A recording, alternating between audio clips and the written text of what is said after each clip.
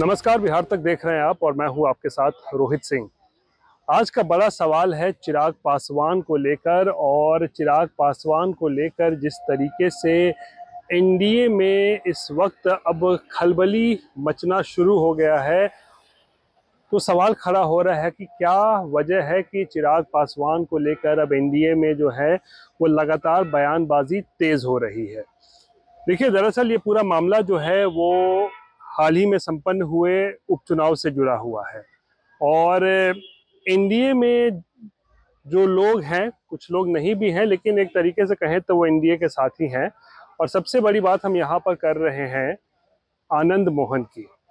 बाहुबली छवि के जो नेता हैं आनंद मोहन, जिनके बेटे चेतन आनंद विधायक हैं, एनडीए के विधायक हैं, नीतीश कुमार के करीबी हैं। तो सबसे पहले आनंद मोहन ने जिस तरीके से पिछले दिनों चिराग पासवान के ऊपर जबरदस्त हमला बोला है उपचुनाव के नतीजे आने के बाद, उसको लेकर अब सवाल खड़ा हो रहा है कि क्या एनडीए में सब कुछ ठीक ठाक चल रहा है, नहीं चल रहा है, और चिराग पासवान की स्थिति क्या है। चिराग क्या एनडीए में है, क्या एनडीए में नहीं है, या फिर एनडीए में रहते हुए भी वो ऐसे ऐसे काम कर रहे हैं जो शायद पार्टी के या एनडीए के लिए बेहतर नहीं है, सेहत के लिए। ये तमाम आरोप जो है वो आनंद मोहन ने लगाए हैं। दरअसल मामला जो है विशुद्ध रूप से जुड़ा हुआ है इमामगंज सीट को लेकर, जहां पर उपचुनाव हुआ और जहां पर बहुत ज्यादा मार्जिन से तो नहीं, लेकिन ठीक ठाक मार्जिन से जो है केंद्रीय मंत्री जीतन राम मांझी की बहू दीपा मांझी ने चुनाव जीता, विधायक बन गई है। लेकिन अब इमामगंज सीट को ही लेकर आनंद मोहन और उनके बेटे चेतन आनंद ने चिराग पासवान के ऊपर बड़ा हमला किया है। सवाल पूछा है चिराग पासवान से, आखिर चिराग पासवान एक बार भी क्यों नहीं मांझी की बहू के लिए प्रचार प्रसार करने के लिए इमामगंज गए। चिराग पासवान का इमामगंज से दूरी बनाना बहुत सारे नेताओं को जो है वो खटक रहा है एनडीए में, जिसमें से आनंद मोहन एक हैं और चेतन आनंद ही है। और चेतन आनंद ने तो आज जबरदस्त तरीके से जो है विधानसभा जब आए हुए थे तो एकदम मोर्चा खोल दिया था उन्होंने चिराग पासवान के खिलाफ, और कह रहे थे कि भाई इमामगंज सीट से एक पासवान उम्मीदवार जितेंद्र पासवान अगर 37,000 वोट लेके आता है तो ये एक बड़ा सवाल खड़ा होता है चिराग पासवान के ऊपर, जो खुद को पासवान समाज का बड़ा नेता अपने आप को कहते हैं, दलितों का बड़ा नेता कहते हैं। लेकिन उनके एनडीए में रहते हुए अगर जितेंद्र पासवान नाम का एक प्रत्याशी जो जन स्वराज पार्टी का है, प्रशांत किशोर की पार्टी का है, वो 37,000 वोट अगर ले आता है तो सवाल तो खड़ा होना लाजमी है। और यही सवाल आनंद मोहन ने उठाया है कि ये जो वोट है ये आमतौर पर अगर कहें, अगर सब कुछ ठीक ठाक रहता तो ये एनडीए का वोट था, ये चिराग पासवान का वोट था। लेकिन चिराग पासवान ने वहां पर प्रचार प्रसार नहीं किया मांझी की बहू के लिए, तो इसीलिए ये वोट जो है वो छिटक गया और एक नए प्रत्याशी जो है जितेंद्र पासवान प्रशांत किशोर की पार्टी के, उनको इसका फायदा मिला। उन्होंने 37,000 वोट जो है वो झटक लिए, जिसके वजह से जो है दीपा मांझी की जो जीत का अंतर था वो बहुत ज्यादा नहीं रहा। तो इसी को लेकर अब राजनीति जो है वो शुरू हो गई है। आनंद मोहन और चिराग पासवान दोनों, माफ कीजिएगा, आनंद मोहन जो और चेतन आनंद दोनों जो हैं वो चिराग पासवान से सवाल पूछ रहे हैं कि भाई चिराग पासवान अपनी स्थिति स्पष्ट करें।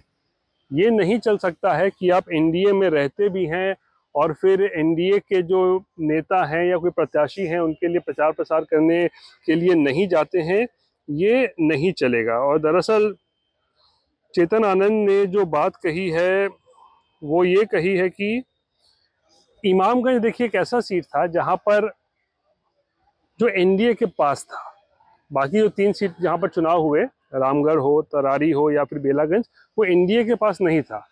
सिर्फ एक इमामगंज का सीट ही था जो कि एनडीए के पास था, यानी कि वहां पे जब जीतन राम मांझी विधायक हुआ करते थे तो उनके केंद्र में जाने के बाद जो है और सांसद बनने के बाद उस सीट पर चुनाव हुआ।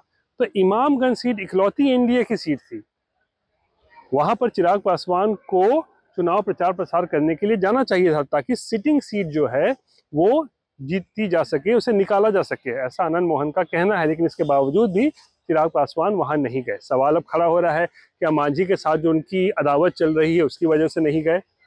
बहुत सारे मुद्दों पर पिछले दिनों हमने देखा है कि किस तरीके से चिराग पासवान और जीतन राम मांझी जो हैं वो आमने सामने आ जाते हैं।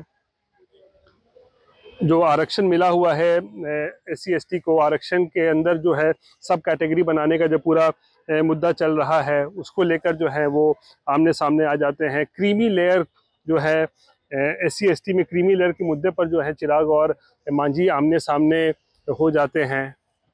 तो चिराग और मांझी की जो कह सकते हैं अदावत जो है वो काफ़ी दिनों से देखी जा रही है। तो क्या इसी वजह से चिराग पासवान मांझी की बहू के लिए प्रचार करने के लिए नहीं गए? आरोप लग रहे हैं चिराग पासवान पर। और देखिए एक बार और है, आनंद मोहन ने यह भी कहा कि जब खुद हाजीपुर से सीट लड़ रहे थे लोकसभा चुनाव में तो राजपूतों का वोट जो है उनको मिला। आनंद मोहन ने कहा कि हमने उनको वोट किया, लेकिन वही जब शिवहर में लवली आनंद लोकसभा चुनाव लड़ रही थी तो वहाँ पर प्रचार प्रसार करने के लिए चिराग पासवान नहीं आते थे। 2-3 बार उन्होंने जिक्र भी किया कि हेलीपैड बना हुआ था, सब कुछ तैयार था, लेकिन इसके बावजूद भी चिराग पासवान प्रचार प्रसार करने के लिए नहीं पहुंचे। तो ऐसा क्यों है? और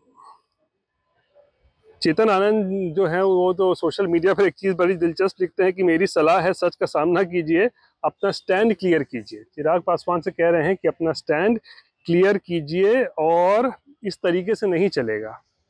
कहते हैं इस तरीके से नहीं चलेगा। आप बार बार बुलाने पर भी इमामगंज नहीं आते हैं, क्यों नहीं आते हैं?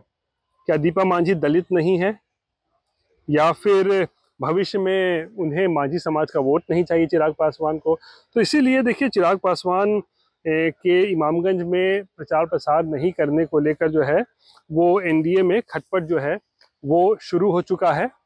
और मोर्चा जो सबसे पहले खोला है बाहुबली आनंद मोहन ने, और फिर आज तो उनके बेटे चेतन आनंद जो कि नीतीश कुमार के साथ हैं, विधायक भी हैं, उन्होंने तो जमकर भड़ास निकाली है चिराग पासवान के खिलाफ। तो ऐसे में अब सवाल खड़ा हो रहा है कि अगले साल जब विधानसभा चुनाव होने हैं उससे पहले अगर NDA में इस तरीके की खटपट, इस तरीके की तकरार सामने देखने को मिलेगी तो क्या ये सही है? क्योंकि अगर जानकारों की माने तो ये देखिए शुभ संकेत नहीं है। अगर NDA एकजुट रहे तो अच्छी बात है, लेकिन ये तकरार की स्थिति जो पैदा हुई है ये कहीं से भी अगले साल जो विधानसभा चुनाव होने हैं उससे पहले ये तकरार, खासकर आनंद मोहन, चेतन आनंद वर्सेस चिराग पासवान जो है, कहीं से भी इसे सही नहीं ठहराया जा सकता है NDA के लिए। बहरहाल ये थी बिहार से जुड़ी हुई आज की बड़ी खबर। बाकी की तमाम खबरों के लिए आप देखते रहिए बिहार तक, और मुझे आज के लिए दीजिए इजाज़त। नमस्कार।